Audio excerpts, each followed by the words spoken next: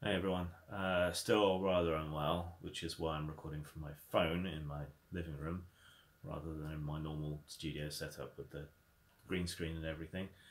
Thank you to everybody who's been providing guest videos. I think I've got them lined up for a week now, but some more would still be welcome. But then after that, I'll try and get back into things. But I keep getting comments on the video I made about Lawrence Krauss and the whole hullabaloo around him, but there have been some developments since then, and I'm a bit tired of having to repeat the same points in the comments section. So, just briefly, Cristina Rad has come forward and said that something happened to her. Now, she is a much more credible and believable witness than a lot of other people that have been involved. She doesn't have the same ideological bias, she doesn't have the same issues, suspicions surrounding her that others have. Also, doesn't have other reasons to disbelieve. Like some of these people involved describe themselves as feminists, rather strong feminists. They've been part of the Atheism Plus thing. They have ideological reasons to go after people, as they have gone after Shermer and others. There seems to be more of a thing with Krauss, though his reply to the accusations was rather expansive and seemed to cross its T's and dot its I's. But still, Rad is a different kettle of fish to these other people. She has credibility, she has standing, if you like. So, do I now believe the accusations against Krauss? They seem more likely, but Rad again only has her word for it. This isn't to say that I'm accusing her of lying, it's just that a claim is never sufficient. The problem with all these other accusations is they're just accusations. There's no substance to them. Even in large numbers, there's still no substance to them. I mean, how many thousands of people claim to have seen the apparition of Mary in Guadeloupe? There's a reason that the argument from popularity is a fallacy. Just because lots of people say something doesn't make it true. And what Rad describes is a man who is awkward and not clued in socially, which sounds far more plausible and likely to me. It doesn't excuse any actions that he may have actually done, but it does strike me as a more plausible explanation of what's going on. A kind of annoyance and perhaps slightly misplaced hatred for people who are socially awkward. Some autism groups have begun to speak up about this problem.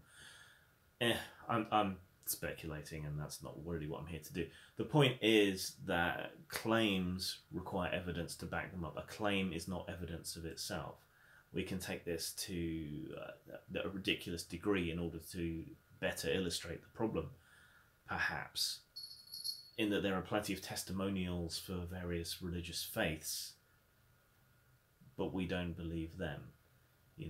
People try to claim that the Bible is witness testimony. It isn't. And even if it were, that wouldn't be sufficient reason to believe it. There's a consistent principle here behind this, in that we demand evidence as backup for claims. And while this is a more mundane claim than a magic man returned from the dead and did all these miracles and what the fuck ever else, it's still a fairly big accusation, a fairly big claim, and one that does indeed require evidence. There is a reason that the motto of the Royal Society, perhaps the real progenitors of modern science in the West, there's a reason their motto is nullius in verba, which roughly translated means take nobody's word for it. Because witness statements, these things are not reliable. Courts understand this, but they also understand that testimonies and witness statements are great ways to persuade juries. They're just not particularly good ways to get at what's true. It's just sometimes that's all we have.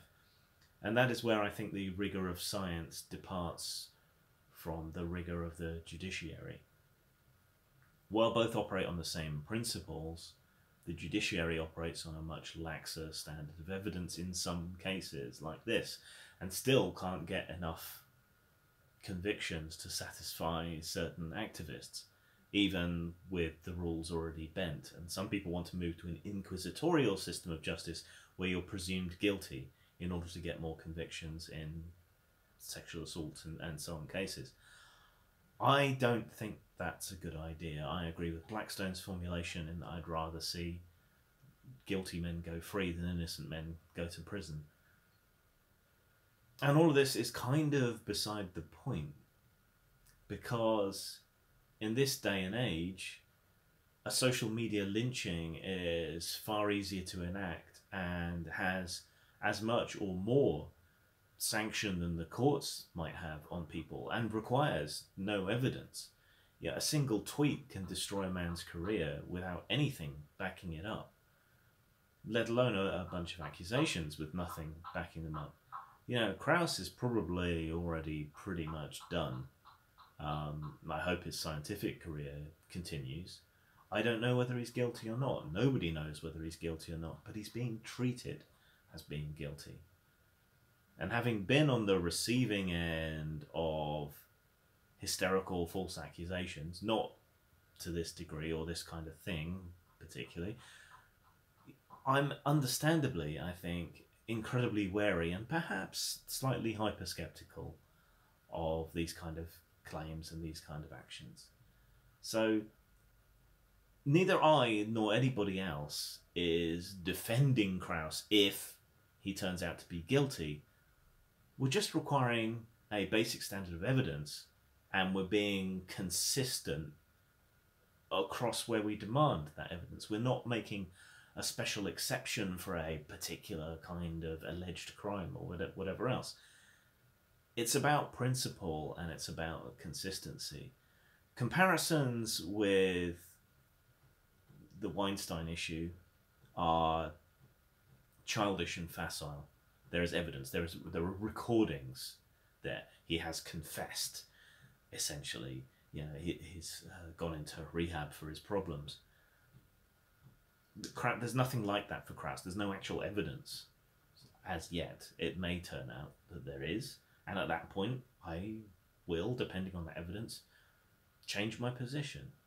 Equally, these comparisons with the Catholic Church are also stupid. There's evidence there. There's records. It's systemic. It's been going on in the church for a very long time. It's essentially admitted. There have been court cases that have shown this to be a problem. And it's systemic throughout the church, probably because people seek shelter and redemption for the things that are wrong with them when they go there, when they join the priesthood.